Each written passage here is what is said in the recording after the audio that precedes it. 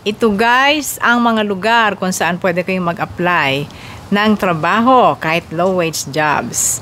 Kasi ito ang updated and latest report ng mga lugar na mababa ang unemployment rate, below 6%. At yan po ang patakaran. So, atin din pong i-revisit yung policy kung bakit nagkaganito at naging mahirap ang pag-apply sa Canada. So, yan ang ating topic ngayon guys. Welcome back. Si Ate Menchie po ito sa Menchie's Philcan Life. Thank you for watching and thank you for subscribing sa mga hindi pa po nakasubscribe. Please subscribe kay Ate Menchie at pwede rin nyo akong suportahan sa aking Facebook page na Menchie's Philcan Life. You can also join and be a member of this channel kung kayo interesado at gusto ko nang pasalamatan ang ating mga channel members. Thank you sa aking mga channel members, kay Joy Gabriel TV, Johnson Pangilinan, kay Arthur Postigo, Nanette Lapira, kay Jency, Marjo Humento, Marlo Quasay, Jesselyn Ochoa, Corazon Binene, Marciano, and Nimpa. Salamat po sa inyong support sa aking channel, always. Thank you very much. Ito rin ako magbablog guys sa aking garden kasi medyo okay pa naman ang temperature. Inaabot pa ng 20 degrees sa Toronto ang aming pinakang hottest temperature sa araw, no? Buhay pa naman ang mga halaman ko guys, kahit na yung iba po tumigil na ng pagbunga, yung aking mga talong ay madilaw na. Meron pa palang bunga yung talong, oh. Ayun. Ayan, oh, ganyan po kaliit yung talong ko. Yung iba wala ng bunga. Yung kamote, buhay pa. Yung sitaw guys, maraming bunga. Maraming bunga guys yung sitaw. Pero dilaw na po ang dahon. Oh. Ganda nung purple na sitaw. Pero malapit na po silang mag-end. Pero ang haba guys ng sitaw ko. Yun. Next year, itong ganitong sitaw uli ang itatanim ko. Maganda. Yung akin pong cucumber ay wala pong maging pakinabang. I don't know guys. Turuan nyo ako. Wala ho. Ayun lang ang bunga niya, oh. Kita nyo po, ganyan lang kapayat ang bunga niya. Kita nyo ba? Yan.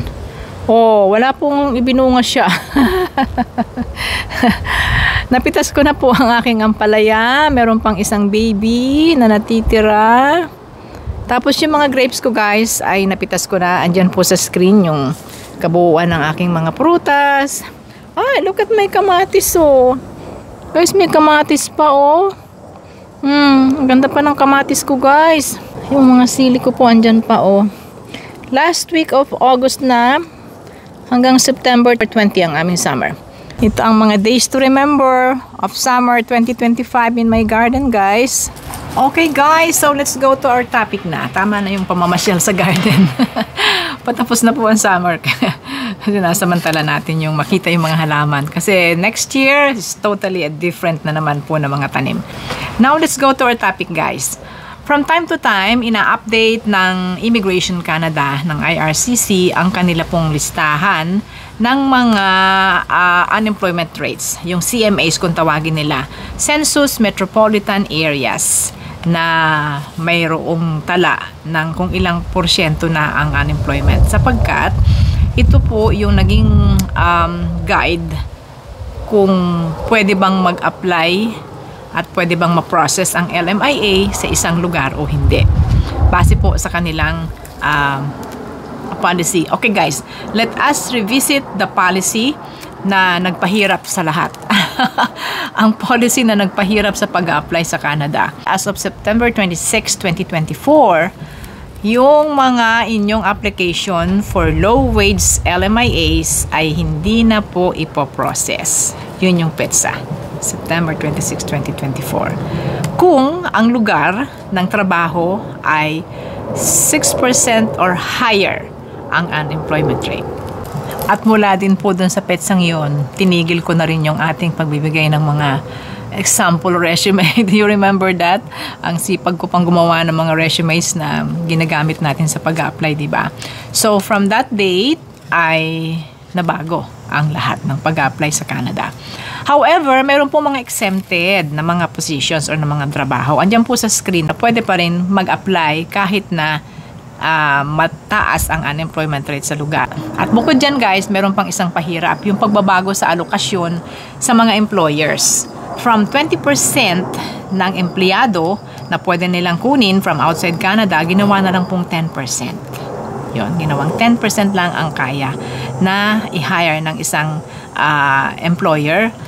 However, meron din pong exemption. Pwede hanggang 20% dyan sa nasa screen naman na mga trabaho. So, merong mga exempted rin, guys.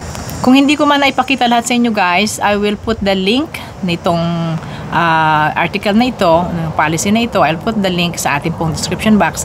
At pwede nyo makita ron kung ano-ano pa ang mga trabaho na exempted sa 10% na cut-off. So, ano na nga po ba yung mga updated na listahan ng mga CMA na mababa ang unemployment rate? Ipakita mo natin, Menchi. Ayan, guys.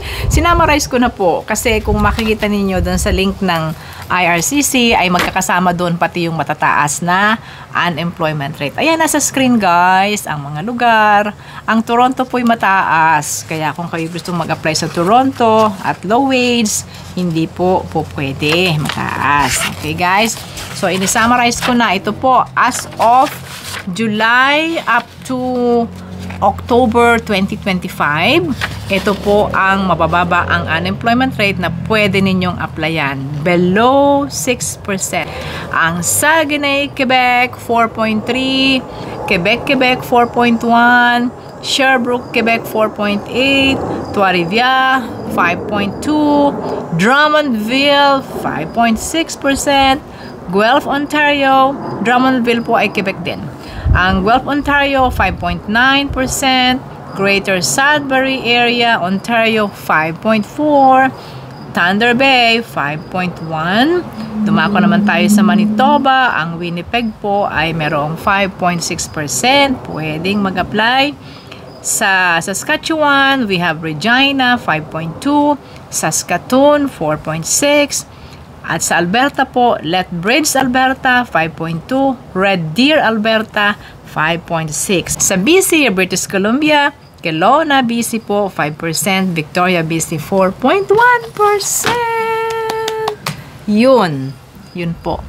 Kung meron kayong makikitang trabaho sa Job Bank, sa Indeed.ca, at sa iba pang mga website, may mga trabaho, you can try applying po. Tsaka pansin ko, guys, parang dumadami, oh. 15 na po ang mga lugar sa aking listahan na may mababang unemployment rate. Oh, this is a good sign, di po ba?